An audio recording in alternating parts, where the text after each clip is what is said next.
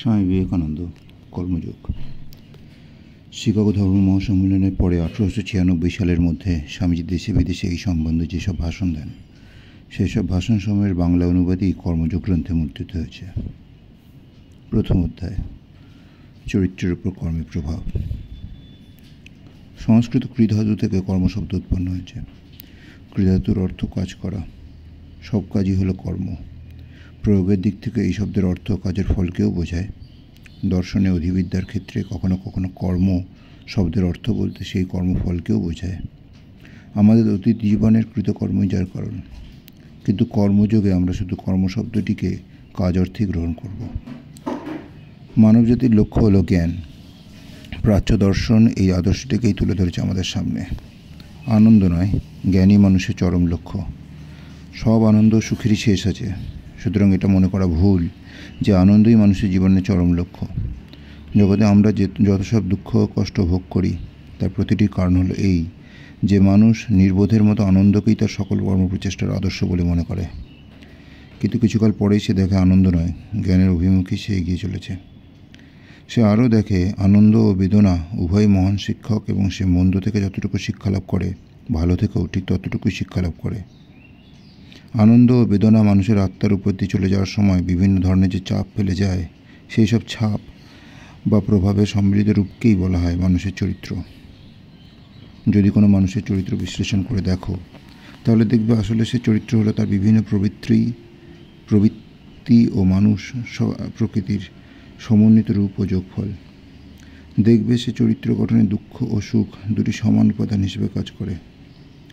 মানুষের চরিত্র গঠনের কাজে ভালো এবং মন্দ সমানে অংশগ্রহণ করে থাকে। কয়েকটি ক্ষেত্রে আবার দেখা যায় সুখের থেকে দুঃখই বড় শিক্ষক। বিশ্বে যত সব মহাপুরুষের জন্ম হয়েছে তাদের চরিত্রগুলি পাঠ করে আমি সাহসের সঙ্গে বলতে পারি যে বেশিরভাগ ক্ষেত্রেই দেখা যাবে সুখ দুঃখ আর সম্পদের থেকে দারিদ্র্যই তাদের বেশি শিক্ষাদান করেছে। প্রশংসা নয়, আঘাতই তাদের অন্তরের আগুনকে বেশি প্রকাশ করেছে। এখন এই জ্ঞান মানুষের এক অন্তর্নিহিত বস্তু। কোনো জ্ঞানই বাইরে থেকে আসে না, সব জ্ঞানই অন্তরের। যখন আমরা বলি মানুষ জানে, তখন যথাযথ মনস্তাত্ত্বিক ভাষায় আমাদের বলা উচিত মানুষ তার আত্মার উপর থেকে আবরণ উন্মোচন করে কোনো কিছু আবিষ্কার করে। তার আত্মাই হচ্ছে অনন্ত জ্ঞানের খনি। আমরা বলি নিউটন মাধ্যাকর্ষণ আবিষ্কার করেছিলেন। সে আবিষ্কার কি তার প্রতীক্ষায় কোথাও বসেছিল? সেটা তার মনের মধ্যেই ছিল, সময় হলেই তিনি তা খুঁজে পান। যত সব জ্ঞান জগৎ লাভ করেছে তা সব এসেছে মন থেকে। বিশ্বের অনন্ত জ্ঞান ভাণ্ডার আছে তোমার মনে। বাইরের জগৎ শুধু একটা প্রস্তাব, একটা ঘটনা যা পড়বার জন্য তোমার মনকে প্রবৃত্ত করে, কিন্তু সময় সে পড়ার বিষয়বস্তু হলো তোমার মন।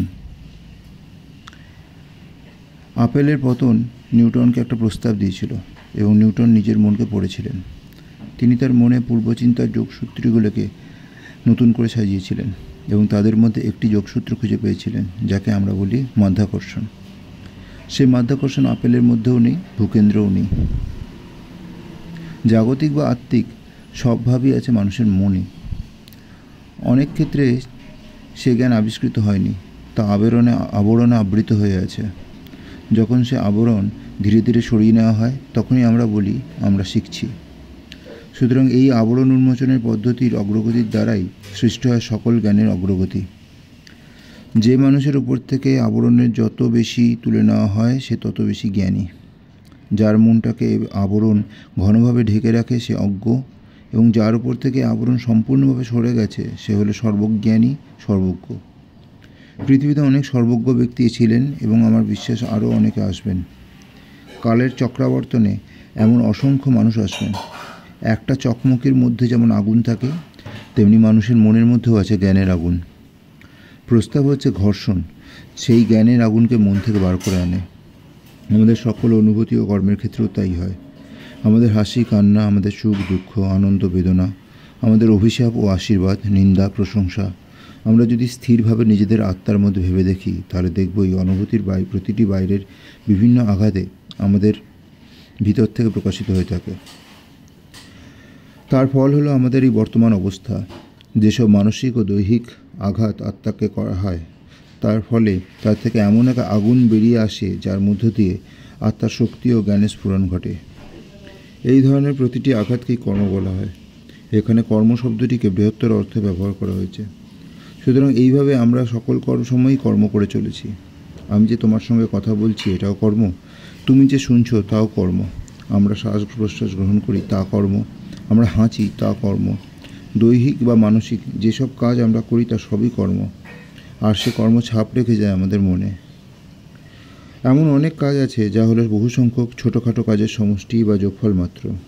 আমরা যদি সমুদ্রের তীরে দাঁড়িয়ে থেকে ঢেউগুলিকে বেলাভূমিতে আছাড় খেয়ে পড়তে দেখি তাহলে আমাদের মনে হয় কি ভীষণ আওয়াজ, অথচ আমরা জানি যে একটি ঢেউ আসলে লক্ষ লক্ষ ছোট ছোট ঢেউ দ্বারা গঠিত। সেই ছোট ছোট ঢেউয়ের প্রত্যেকটি শব্দ করেছে, কিন্তু আমরা শুনতে পাই না। যখন তারা সবাই মিলে সমষ্টিগত এক বিশাল রূপে লাভ করে তখনই আমরা তাদের শব্দ শুনতে পাই। সেরূপ হৃৎপিণ্ডের প্রতিটি স্পন্দনও কাজ। কয়েক রকমের কাজ আছে যা আমরা অনুভব করি, সেগুলি স্পর্শযোগ্য আমাদের কাছে, অথচ সেই কাজগুলিও অসংখ্য ছোট ছোট কাজেরই সমষ্টি। যদি কোনো মানুষের চরিত্র বিচার করতে চাও তাহলে তার বড় বড় কৃতিত্বের দিকে তাকাবে না। প্রতিটি নির্বোধ লোকও কোনো না কোনো সময় বীরপুরুষ হয়ে উঠতে পারে। যে কোনো মানুষকে সাধারণ ভাবতে শেখো। এইসব সাধারণ কাজগুলোই তোমাকে বুঝিয়ে দেবে কোন মহান ব্যক্তির আসল চরিত্র কী। বড় বড় ঘটনা কোন নিচু স্তরের ব্যক্তিকেও মহানত্বে উন্নীত করে, কিন্তু প্রকৃত মহান ব্যক্তি হলেন তিনি যার চরিত্র সকল সময়ই বড় থাকে, তিনি যেখানে বা যে স্তরেই থাকুন না কেন। যেসব শক্তির সঙ্গে মানুষের বোঝাপড়া করতে হয় তার জীবনে, চরিত্রের উপর কর্মের প্রভাব তার মধ্যে সবচেয়ে শক্তিশালী। মানুষ যেন এমনই একটি কেন্দ্র যা বিশ্বের সমস্ত শক্তিকে আকর্ষণ করেছে তার দিকে, এবং সেই কেন্দ্রের মধ্যে সেই সব শক্তি গলে মিশে এক হয়ে যাচ্ছে, আবার তাদের একটি বিরাট স্রোতের মধ্যে ঢেলে দিচ্ছে। এই ধরনের কেন্দ্র হচ্ছে প্রকৃত মানুষ, সর্বশক্তিমান, সর্বজ্ঞ। তিনি সমগ্র বিশ্বকে তার দিকে আকর্ষণ করেন। ভালো মন্দ, সুখ দুঃখ সব কিছুই তার দিকে ছুটে আসে এবং তার চারধারে লেগে থাকে। তাদের মধ্য থেকে তিনি চরিত্র নামক মানব প্রবৃত্তির শক্তিশালী ধারাটিকে বেছে নিয়ে গড়ে তুলে বাইরের জগতে নিক্ষেপ করেন। যে কোনো বস্তুকে আকর্ষণ করার ক্ষমতা যেমন তার আছে, তেমনি তাকে বাইরে ছুঁড়ে ফেলার ক্ষমতাও তার আছে। জগতে যে সকল কর্ম আমরা দেখে থাকি, মানব সমাজের সকল গতিবিধি, আমাদের চারধারে যেসব কর্ম করা হচ্ছে তা সবই শুধু চিন্তার বহিঃপ্রকাশ, ইচ্ছার অভিব্যক্তি।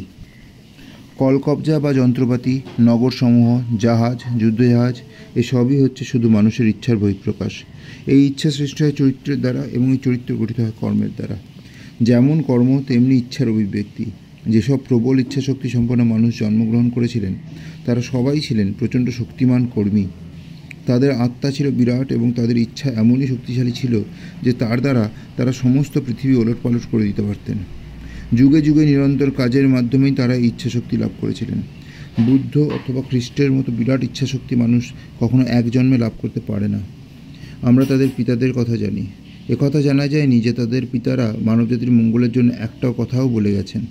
জোসেফের মতো লক্ষ লক্ষ সূত্রধর পৃথিবী থেকে চলে গেছেন, লক্ষ লক্ষ এখনও জীবিত আছেন। বুদ্ধদেবের পিতার মতো লক্ষ লক্ষ ক্ষুদ্র রাজা পৃথিবীতে রাজত্ব করে গেছেন। যদি একটা বংশানুক্রমে ইচ্ছাশক্তি অঞ্চলের ব্যাপার হতো তাহলে কিভাবে আপনি ব্যাখ্যা করবেন একজন ক্ষুদ্র রাজা তার কথা তার ভৃত্যরাই রাখত না, তিনি এমন এক সন্তানের কেমন করে জন্ম দিলেন যাকে অর্ধেক পৃথিবীর মানুষ উপাসনা করে? যে পুত্রকে লক্ষ লক্ষ লোক ঈশ্বররূপে ভজনা করে সেই পুত্র আর তার সূত্রধার পিতার মধ্যে যে বিরাট ব্যবধান তার কিভাবে ব্যাখ্যা করবেন? উত্তরাধিকার সূত্রে তত্ত্ব দ্বারা তার ব্যাখ্যা চলতে পারে না। যে প্রবল ও বিরাট ইচ্ছাশক্তি বুদ্ধ ও যিশু সারা বিশ্বের উপর ছড়িয়ে দিয়েছিলেন তা কোথা থেকে এসেছিল? এত শক্তির সঞ্চয় কোথা থেকে এসেছিল? সে শক্তি অবশ্যই যুগ যুগ ধরে ছিল এবং তা ক্রমাগত প্রবল থেকে প্রবলতরভাবে বাড়তে থাকে। অবশেষে একজন বুদ্ধ বা যিশুর মধ্যে দিয়ে তা ফেটে পড়ে সমাজের বুকে এবং তার ধারা আজও বয়ে চলেছে সমানে। এই সমস্ত কিছুই কর্মের দ্বারা, কাজের দ্বারা নিয়ন্ত্রিত হয়। উপার্জন না করলে কেউ কিছুই পায় না, এটাই হলো চিরন্তন নিয়ম। কখনো কখনো আমাদের মনে হয় এটা এরকম নয়, কিন্তু পরিশেষে এই বিষয়ে নিশ্চিত হই আমরা।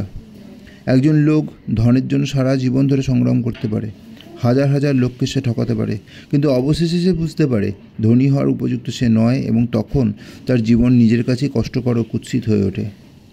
আমাদের দৈহিক সুখভোগের জন্য আমরা অনেক ভোগ্যবস্তু সঞ্চয় করতে পারি, কিন্তু আমরা যেটুকু শুধু অর্জন করি সেটুকুই সত্যিকারের আমাদের নিজের। কোনো নির্বোধ ব্যক্তি পৃথিবীর সব বই কিনতে পারে এবং সেগুলো তার গ্রন্থাগারে থাকতে পারে, কিন্তু সে শুধু সেই বইগুলোই পড়তে পারবে যেগুলো পড়ার সে যোগ্য। কর্মের দ্বারাই এই যোগ্যতা সৃষ্টি হয়। আমরা কি পাওয়ার যোগ্য এবং কতখানি আমাদের আত্মসাৎ করতে পারি তা কর্মের দ্বারাই নির্ধারিত হয়। আমাদের বর্তমান অবস্থার জন্য আমরাই দায়ী এবং আমরা যা হতে ইচ্ছা করি সেইভাবে নিজেদের গড়ে তোলার ক্ষমতা আমাদের আছে। আমাদের বর্তমান অবস্থা যদি আমাদের অতীত জীবনে কর্মফল হয়, তাহলে আমরা ভবিষ্যতে যা হতে চাইব তা আমাদের বর্তমান জীবনের কর্মের দ্বারা অবশ্যই হতে হবে। সুতরাং কীভাবে কর্ম করতে হবে যা জানতে হবে। তোমরা বলবে কাজ করতে জানার প্রয়োজন কী আছে, কিন্তু আমাদের উদ্যমের অপচয় বলে একটা কথা আছে। কর্মযোগ সম্বন্ধে গীতায় বলা হয়েছে, চতুরতার সঙ্গে এবং বিজ্ঞানসম্মতভাবে কাজ করাই হলো কর্ম। কিভাবে কাজ করতে হয় সে পদ্ধতি জানলে মানুষ অনেক বড় ফল লাভ করতে পারে। তোমাদের মনে রাখতে হবে, সকল কাজই শুধু আমাদের মনের অন্তর্নিহিত শক্তিকে বাইরেতে প্রকাশ করে, আত্মাকে জাগিয়ে তোলে। প্রত্যেক মানুষের মধ্যেই শক্তি আছে, জ্ঞানও আছে। বিভিন্ন কর্ম সেই শক্তি ও জ্ঞানকে প্রকাশ করার জন্য এক একটি আঘাত। এইসব দানবদের জাগাতে এই আঘাতের প্রয়োজন। মানুষ বিভিন্ন উদ্দেশ্য নিয়ে কাজ করে, উদ্দেশ্য ছাড়া কাজ হতে পারে না। কিছু লোক যশ লাভ করতে চায় এবং যশ লাভের জন্যই সে কাজ করে। আবার কিছু লোক অর্থ চায় এবং অর্থের জন্য কাজ করে। কিছু লোক ক্ষমতা চায় এবং ক্ষমতা লাভের জন্য কাজ করে। কিছু লোক স্বর্গ লাভ করতে চায় এবং স্বর্গ লাভের জন্য কাজ করে। কিছু লোক আবার মৃত্যুর পর নাম রেখে যেতে চায়। চীনে এইরকম হয়, সেখানে কারো মৃত্যু না হলে সে কোনো উপাধি লাভ করতে পারে না। এটাই আমাদের থেকে ভালো পদ্ধতি।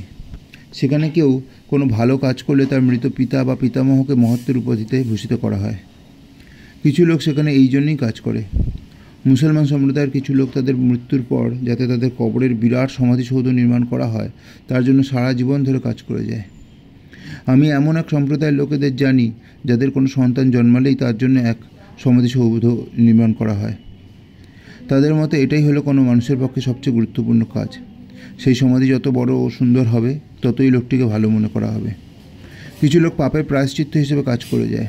সব রকমের পাপ কাজ করো এবং তারপর একটা মন্দির নির্মাণ করো, অথবা যাজকদের কিছু অর্থ দিয়ে পাপের শাস্তি থেকে মুক্তি কিনে নিয়ে স্বর্গে যাওয়ার ছাড়পত্র লাভ করো। তারা মনে করে এই ধরনের সদাশয়তা তাদের জীবনের পথ পরিষ্কার করবে এবং যত সব পাপকর্মের অনুষ্ঠান সত্ত্বেও তারা মুক্ত থাকবে। এই ধরনের নানা উদ্দেশ্য নিয়ে মানুষ কর্ম করে। কর্মর খাতিরেই কর্ম। সব দেশেই মাটির সঙ্গে সম্পর্কযুক্ত কিছু লোক আছে যারা কাজের জন্যই কাজ করে। তারা নাম, যশ, এমনকি স্বর্গে যাবার বাসনাকেও গ্রাহ্য করে না। শুধু মঙ্গল হবে এই ভেবেই তারা কাজ করে। আবার এমন কিছু লোক আছে যারা আরও বৃহত্তর ও মহত্তর উদ্দেশ্যে গরিবদের মঙ্গল সাধন করে এবং মানবজাতিকে সাহায্য করে, কারণ তারা মঙ্গলজনক কর্মে বিশ্বাস করে এবং মঙ্গলজনক কর্ম করতে ভালোবাসে। নাম যশের উদ্দেশ্যে যে কাজ করা হয় কদাচিৎ তা সঙ্গে সঙ্গে ফল লাভ করে। এটাই হলো নিয়ম। সে ফল আমরা পাই যখন আমরা বৃদ্ধ হই এবং আমাদের জীবন প্রায় শেষ হয়ে আসে। যদি কোনো মানুষ প্রত্যক্ষভাবে কোনো স্বার্থপর উদ্দেশ্য ছাড়াই কাজ করে তাহলে সে কি কিছুই লাভ করতে পারে না? হ্যাঁ, সবচেয়ে বেশি লাভ করে সেই। নিঃস্বার্থপরতা বেশি লাভজনক, কিন্তু তা অভ্যাস করার মতো লোকের ধৈর্য নেই। স্বাস্থ্যের দিক থেকে বিচার করে দেখলেও এই অভ্যাস বেশি লাভজনক। প্রেম, সত্য, নিঃস্বার্থপরতা শুধু নৈতিক অলঙ্কারের ভাষা নয়, তারা আমাদের উচ্চতর আদর্শকে গড়ে তোলে, কারণ তাদের মধ্যেই আছে এমন শক্তির প্রকাশ। প্রথমত, যে মানুষ কোনো স্বার্থপর উদ্দেশ্য ছাড়া 5 দিন বা এমনকি 5 মিনিটের ভবিষ্যৎ, স্বর্গ, শান্তি অথবা এইরকম কোনো কিছুর কথা না ভেবে কাজ করে, সে এক বিরাট শক্তিশালী নীতিবাদী পুরুষ হয়ে ওঠার ক্ষমতার অধিকারী হয়। এটা করা খুবই কঠিন, কিন্তু আমরা অন্তরের অন্তঃস্থলে এর মূল্য কী তা জানি এবং এর দ্বারা কী মঙ্গল সাধিত হয় তাও জানি। এটাই হলো শক্তির মহত্তম প্রকাশ। এ এক প্রচণ্ড সংযম। সমস্ত বহির্মুখী কর্মের থেকে এই আত্মসংযম হচ্ছে এক মহত্তর শক্তির প্রকাশ। 4 ঘোড়ায় টানা একটি গাড়ির পাহাড়ের পথে অসংযত বেগে ছুটতে আসতে পারে, অথবা গাড়োয়ান ঘোড়াগুলিকে গতিবেগকে সংযত করে রাখতে পারে। ঘোড়াগুলিকে অবাধে যেতে দেওয়া অথবা তাদের সংযত করে রাখা, এই দুইয়ের মধ্যে কোনটির মধ্যে শক্তির অধিকতর প্রকাশ ঘটে? কামানের গোলা শূন্যপথে অনেক দূর গিয়ে শেষে পড়ে যায়, অন্য একটি গোলা দেওয়ালে ধাক্কা লাগায় মাঝপথে থেমে যায়। এই সংঘর্ষ থেকে উত্তাপ সৃষ্টি হয়। যারা স্বার্থপর উদ্দেশ্য নিয়ে কাজ করে তাদের বহির্মুখী শক্তি ছিন্ন ভিন্ন ও বিনিষ্ট হয়ে যায়। সে শক্তি আর ফিরে আসতে পারবে না তোমার কাছে, কিন্তু সংযত করলে তার থেকে শক্তির উন্নতি ঘটবে। এই আত্মসংযম এক বিরাট ইচ্ছাশক্তি প্রকাশ উৎপাদন করবে, এমন এক চরিত্র সৃষ্টি করবে যার থেকে বুদ্ধ বা খ্রিস্টের মতো পুরুষের জন্ম হবে। নির্বোধ লোকেরা এই রহস্য জানে না, তা সত্ত্বেও তারা মানবজাতিকে শাসন করতে চায়। একজন নির্বোধ জগৎ শাসন করতে পারে যদি সে কাজ করে আর অপেক্ষা করে। যদি সে কয়েক বছর অপেক্ষা করে শাসন করার ধারাটাকে সংযত করতে পারে এবং শাসন করার ধারণাটা যদি তার মন থেকে একেবারে চলে যায়, তাহলে সে বিশ্বে এক শক্তি হয়ে উঠবে। আমাদের মধ্যে বেশিরভাগ মানুষ কয়েক বছর পরে কি ঘটবে তা জানতে পারে না। যেমন কিছু জন্তু কয়েক পা দূরের জিনিস দেখতে পায় না। একটা সংকীর্ণ বৃত্ত হচ্ছে আমাদের জগৎ, তার বাইরে কি আছে তা দেখার ধৈর্য নেই আমাদের। নির্বোধ লোকেরা এই রহস্য জানে না, তা সত্ত্বেও তারা মানবজাতিকে শাসন করতে চায়। একজন নির্বোধও জগৎ শাসন করতে পারে যদি সে কাজ করে আর উপেক্ষা করে। যদি সে কয়েক বছর অপেক্ষা করে শাসন করার ধারাটাকে সংযত করতে পারে এবং শাসন করার ধারণাটা যদি তার মন থেকে একেবারে চলে যায়, তাহলে সে বিশ্বে এক শক্তি হয়ে উঠবে। আমাদের মধ্যে বেশিরভাগ মানুষ কয়েক বছর পরে কি ঘটবে তা জানতে পারে না। যেমন কিছু জন্তু কয়েক পা দূরের জিনিস দেখতে পায় না। একটা সংকীর্ণ বৃত্ত হচ্ছে আমাদের জগৎ, তার বাইরে কি আছে তা দেখার ধৈর্য নেই আমাদের। এইভাবেই আমরা ন্যায়নীতিহীন ও দুষ্ট প্রকৃতির হয়ে উঠি। এটাই হলো আমাদের দুর্বলতা, আমাদের শক্তিহীনতা। সবচেয়ে নিম্নমানের কাজকেও কখনো তুচ্ছজ্ঞান করা উচিত নয়। যে ব্যক্তি আরও ভালো কোনো কাজের কথা জানে না, সে ব্যক্তি নাম যশের জন্য স্বার্থপর উদ্দেশ্য নিয়ে কাজ করুক। কিন্তু প্রত্যেকের উচিত উচ্চ থেকে উচ্চতর। আমাদের মধ্যে বেশিরভাগ মানুষ কয়েক বছর পরে কি ঘটবে তা জানতে পারে না। যেমন কিছু জন্তু কয়েক পা দূরের জিনিস দেখতে পায় না। একটা সংকীর্ণ বৃত্ত হচ্ছে আমাদের জগৎ, তার বাইরে কি আছে তা দেখার ধৈর্য নেই আমাদের। এইভাবেই আমরা ন্যায়নীতিহীন ও দুষ্ট প্রকৃতির হয়ে উঠি। এটাই হলো আমাদের দুর্বলতা, আমাদের শক্তিহীনতা। সবচেয়ে নিম্নমানের কাজকেও কখনো তুচ্ছজ্ঞান করা উচিত নয়। যে ব্যক্তি আরও ভালো কোনো কাজের কথা জানে না, সে ব্যক্তি নাম ও যশের জন্য স্বার্থপর উদ্দেশ্য নিয়ে কাজ করুক। কিন্তু প্রত্যেকের উচিত উচ্চ থেকে উচ্চতর উদ্দেশ্যের দিকে যাওয়ার চেষ্টা করা এবং সেই উদ্দেশ্যকে বোঝা। বুঝতে হবে আমাদের কাজ করার অধিকার আছে, কিন্তু ফল লাভের অধিকার নেই। ফলের আশা ছেড়ে দাও। ফলের কথা চিন্তা করো কেন? যদি কোনো লোককে তুমি সাহায্য করতে ইচ্ছা করো, তাহলে তোমার প্রতি সে লোকটির দৃষ্টিভঙ্গি কী, অর্থাৎ কী চোখে সে তোমাকে দেখে তা নিয়ে ভেবো না। যদি কোনো বড় বা ভালো কাজ করতে চাও, তাহলে সেই কাজের ফল কী হবে তা নিয়ে চিন্তা করো না। কর্মের এই আদর্শ সম্পর্কে একটি কঠিন প্রশ্ন আছে। এক নিবিড় কর্মতৎপরতার প্রয়োজন। আমাদের সর্বদা কাজ করে যেতে হবে। এক মুহূর্তও আমরা কাজ ছাড়া বেঁচে থাকতে পারি না। তাহলে বিশ্রামে কী হবে? জীবন সংগ্রামের একটা দিক হলো কর্ম। এই কর্মের মধ্যেই আমরা দ্রুত ঘুরে চলেছি। অন্য দিকটা হলো শান্তি, কর্মহীনতার অবকাশ এবং ত্যাগ। চারদিকে সব কিছুই শান্তিপূর্ণ, খুব অল্পই গোলমাল এবং কর্মানুষ্ঠানের প্রদর্শন। চারিদিকে শুধু জীবজন্তু, ফুল ও পর্বতরাজি সহ প্রকৃতির রাজ্য। এর কোনোটি কিন্তু নিখুঁত নয়। নির্জন নিঃসঙ্গ জীবনযাপনে অভ্যস্ত কোনো মানুষ যদি জগতের বিক্ষুব্ধ আবর্তের সংস্পর্শে আসে, তবে তার মন নিষ্পেষিত ও চূর্ণ বিচূর্ণ হয়ে যায়। ঠিক যেমন সমুদ্রের গভীর জলের মধ্যে যে মাছ বাস করে, তাকে উপরে তুলে আনলে তার দেহ টুকরো টুকরো হয়ে যায়, কারণ জলের যে চাপ তার দেহকে অটুট রেখেছিল, সে চাপ থেকে এখন সে বঞ্চিত। যে লোক গোলমাল ও জীবনের কর্মব্যস্ততার আলোড়নের মধ্যে অভ্যস্ত, সে যদি কোনো নির্জন স্থানে আসে, তাহলে কি সে সহজভাবে জীবনযাপন করতে পারবে? সে কষ্ট পায় এবং ঘটনাক্রমে হয়তো বা মনের ভারসাম্য হারিয়ে ফেলতে পারে।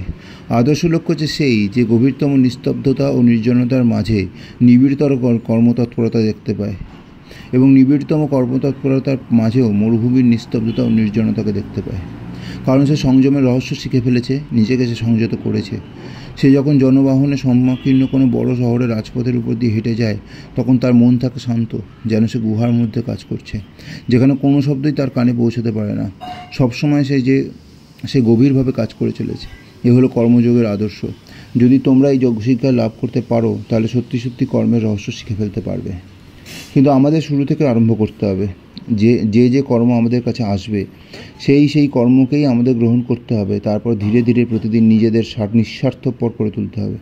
আমাদের অবশ্যই কাজ করতে হবে এবং যে উদ্দেশ্য আমাদের চালিকা শক্তিরূপে কাজ করে তাকে খুঁজে বার করতে হবে। প্রায় বিনা ব্যতিক্রমেই প্রথম কয়েক বছরেই আমরা দেখব আমাদের উদ্দেশ্যগুলি স্বার্থপর, কিন্তু ক্রমে ক্রমে অধ্যাবসায় দ্বারা এই স্বার্থপরতা গলে যাবে এবং পরিশেষে এমন এক সময় আসবে যখন আমরা সত্যি সত্যি নিঃস্বার্থপরভাবে কাজ করতে পারবো। আমরা সকলেই আশা করতে পারি যে জীবনের পথে সংগ্রাম করতে করতে কোনো না কোনো দিন এমন একটা সময় আসবে যখন আমরা পরিপূর্ণভাবে নিঃস্বার্থপর হয়ে উঠব। যে মুহূর্তে আমরা সেই অবস্থা লাভ করব, সেই মুহূর্তে আমাদের সমস্ত শক্তি কেন্দ্রীভূত হবে এবং সেই জ্ঞান আমাদের নিজস্বতা প্রকাশ ঘটাবো।